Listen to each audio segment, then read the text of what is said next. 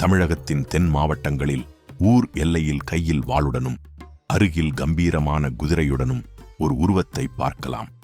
அவர்தான் மதுரையின் காவல் தெய்வம், மதுரை வீரன்.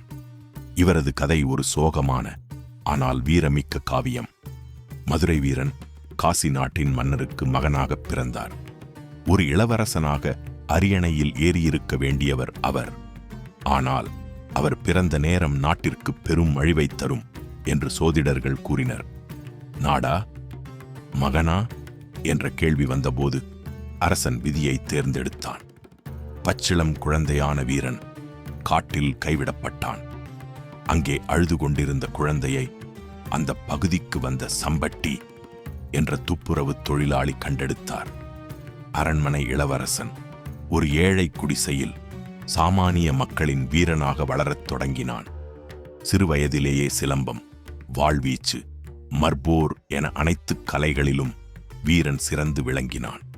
அவனது தோற்றமும் வீரமும் அந்த பகுதி மக்களிடையே பெரும் மதிப்பை தேடித் தந்தது.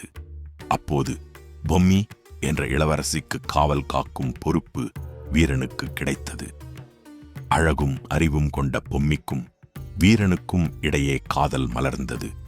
ஆனால் அவர்களின் காதலுக்கு சமூகம் பெரும் தடையாக இருந்தது. ஒரு தாழ்த்தப்பட்ட சமூகத்தில் வளர்ந்த வீரன் இளவரசியை கைப்பிடிப்பதா என்று நாடு கொதித்தது. ஆனால் காதலில் உறுதி கொண்ட வீரன் பொம்மியை அழைத்துக் கொண்டு அங்கிருந்து வெளியேறினான். தன்னை துரத்தி வந்த நூற்றுக்கணக்கான வீரர்களை ஒற்றை ஆளாக நின்று வீழ்த்திய போது அவனது புகழ் எல்லை கடந்து பரவியது. அந்த காலகட்டத்தில் மதுரையை திருமலை நாயக்கர் ஆட்சி செய்து வந்தார். அப்போது மதுரையை சுற்றியுள்ள பகுதிகளில் கள்ளர் கூட்டத்தினர் பெரும் கொள்ளைச் சம்பவங்களில் ஈடுபட்டு வந்தனர். அவர்கள் காடுகளுக்குள் மறைந்திருந்து தாக்கியதால் மன்னரின் படைகளால் அவர்களை பிடிக்க முடியவில்லை. மதுரையின் வணிகர்களும் மக்களும் பயத்தில் வாழ்ந்தனர். வீரனின் வீரத்தை பற்றி கேள்விப்பட்ட திருமலை நாயக்கர் அவனை அழைத்து மதுரையின் தளபதியாக நியமித்தார். வீரன் தனது திட்டமிட்ட போர் முறையாலும் அஞ்சாத வீரத்தாலும் கொள்ளையர்களை அவர்களின் மறைவிடங்களுக்கே சென்று வேட்டையாடினான். மதுரையில் அமைதி திரும்பியது. மக்கள் அவனை மதுரை வீரன் என்று அன்போடு அழைக்கத் தொடங்கினர்.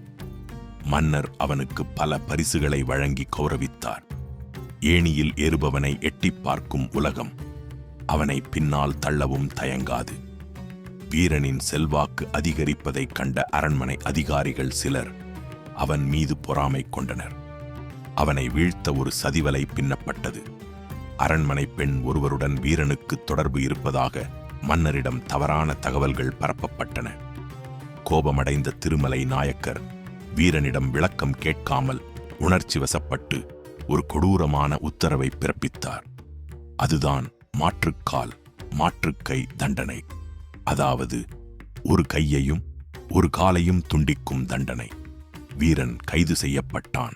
அவன் செய்த தியாகங்களும் மதுரையை அவன் காத்த விதமும் அந்த ஒரு கணத்தில் மறக்கப்பட்டது.